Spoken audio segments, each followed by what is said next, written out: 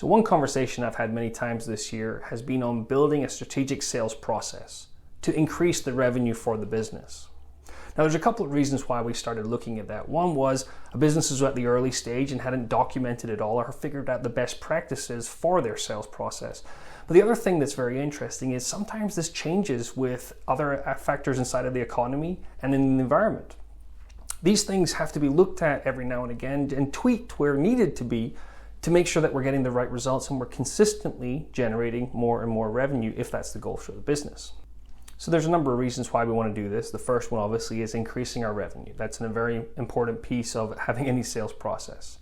The second thing is that we also can reduce a lot of waste inside of the system. It'll improve the efficiency of our sales process, which allows our sales team to do more sales calls or to work on their process and reduce all those non-value added activities.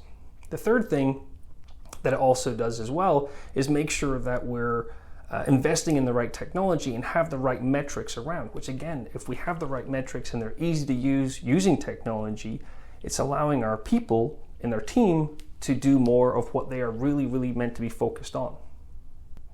So here's 3 great ways that you can kick off your strategic sales process. So the first one is make sure that you have a process to drive sales training into your team. Now, if you don't know what sales training looks like or where do I even start, there's a great 12-week Action Coach bootcamp for sales professionals. Then you can use that as a baseline. Just look at the agenda and say, hey, these are the different topics that would be a great thing to cover. The good thing about the Action Coach 12-week sales training program is it's broken up into 12 weeks. So there's not that, here's all this information, now what do I do on Monday when I get back into the office? Every single week it's broken up so that there's implementation as you go through the 12 weeks. So in 3 months, you've got a completely new sales process to go through. The second thing is sales process optimization. So you've got to have your sales process written down on a flow chart or a swim lane map to make sure that you're understanding where everything's going. This gives you a great opportunity to measure what's actually happening in your sales team to see if we have any process drift.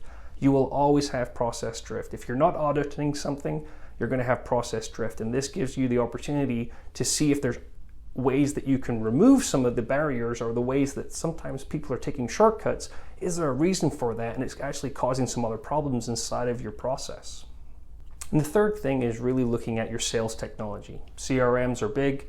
They can be very complicated, but are you using it to the extent that you need to inside of your business? A lot of businesses implement a large CRM and they end up just using it as a database. Now there's so much more we can use a CRM for by automating processes and also delivering us key metrics, KPIs and KAIs to make sure that we know what our sales team is doing and what is working the most effectively. So if you're looking to increase your revenue, increase your conversion rate, have a streamlined process, you can reach out to us at ActionHTX.com or you can click the button below to book a call. And we can go through the strategic pieces of these 3 elements and how we would implement them inside of your business. We can also talk about other things inside of your sales process that can be refined or make sure that we've got enough touch points inside of that that's going to give you the best results. So book a call today and take some action. I'm Andrew Buchan, your Business Accelerator.